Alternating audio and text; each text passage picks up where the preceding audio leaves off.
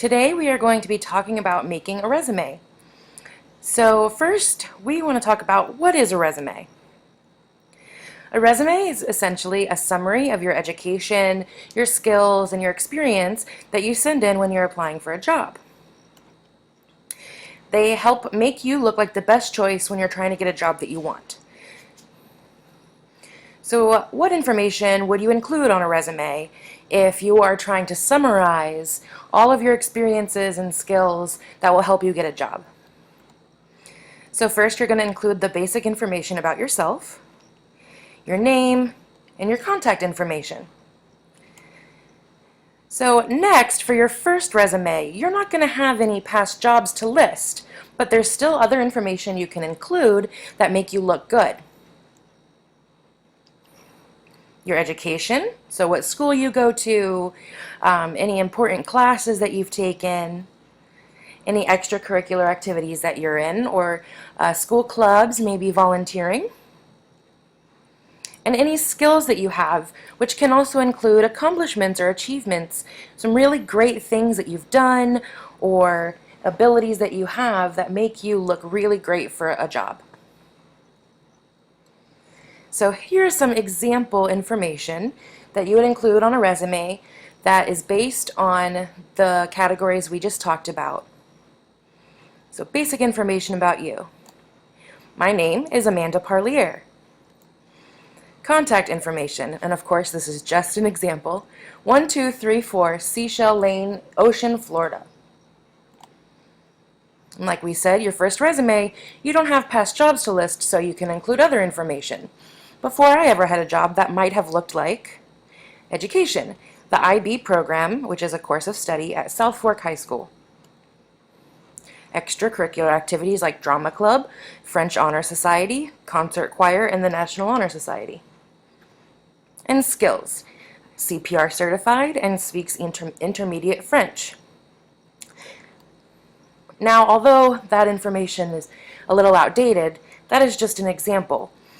Other information that you might need when you're making your resume are some do's and don'ts, things that you should really try to include and some other things that you should maybe try to avoid. So here are some do's of resumes.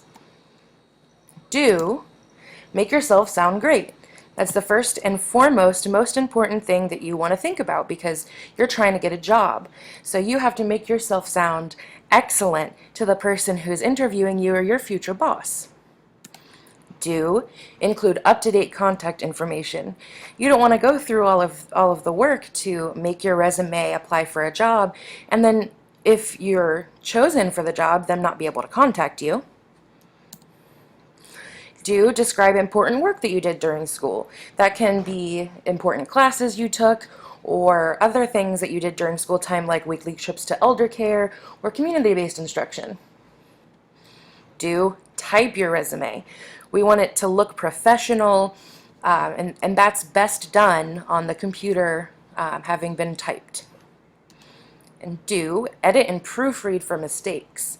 So you can have your teacher, you can have your parents or a sibling help you and make sure that it looks as clean and as professional as possible so that you get that job. Now let's talk about some don'ts, some things to avoid. Don't lie. Don't ever lie on your resume. You want to be as honest about your abilities and your strengths as possible. Don't write too much, especially for your first job because you don't have any job experience. You're going to try to keep that to one page. You don't want it to be too crowded. You want it to be easy to read, so you want to keep it simple. Don't use the words me, my, or I.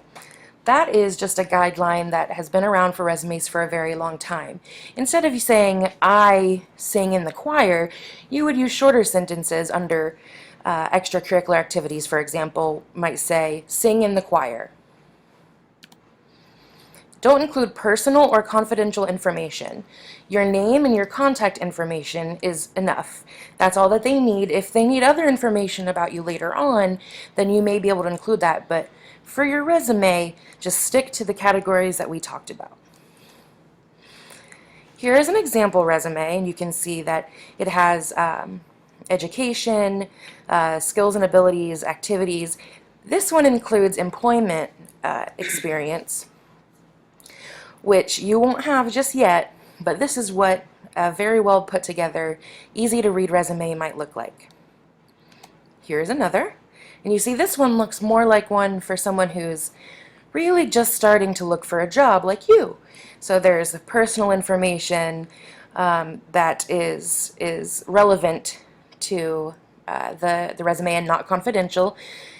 This Jane Doe says that she was on the National Honor Society, she was on the high school honor roll, and she enjoys cheerleading. Her education, she lists her high school and an elementary school. You don't necessarily need to include an elementary school, but again, this is just an example. She included some special training she got, such as training to use the keyboard and using computers, and she included extracurricular activity of cheerleading, as well as some references. Okay, so here are some things to think about. Before class tomorrow, I want you to think about what you might put on a resume. You know your name and where you live and what school you go to. So now you should think about clubs or activities you do outside of school, skills that you have, things you've accomplished, and how to talk about them to make you sound like the best choice for a job. So maybe from being in cheerleading, you have a lot of energy and you're very friendly. There are ways to talk about things that make it sound like you are the best option, and that's what I want you to think about before class, because tomorrow we are going to work on making some resumes. All right, see you tomorrow.